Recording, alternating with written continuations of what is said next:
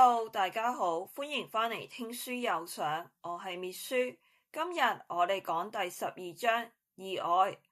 作者想提醒我哋，世界充滿意外，冇人可以準確預測未來，所以要隨時準備。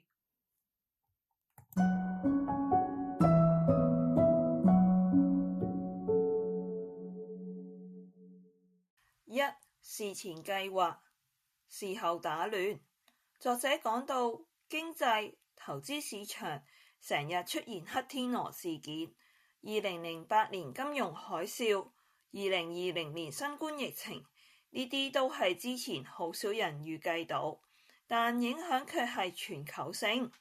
所以唔好以為自己計劃得幾周到就一定穩陣，因為大部分致命嘅影響係嚟自意料之外。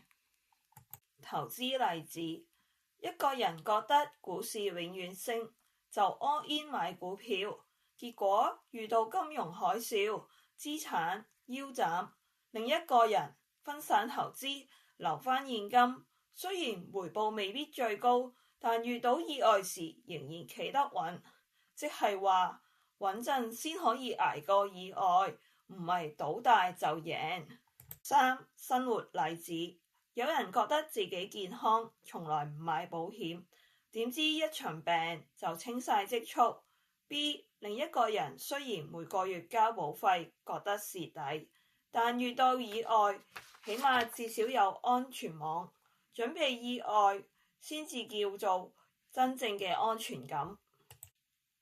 四、我哋要學習嘅重點，承認未知，唔好以為自己可以睇穿未來，承認世界上有好多意外，保持安全邊際，留返啲緩衝，例如現金儲備、保險，令你捱得過突發事件。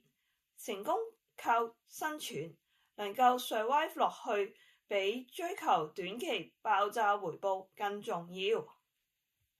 滅書小總結，第12章嘅重點係意外永遠係會發生，你唔需要完全預測到，但你一定要留好安全網。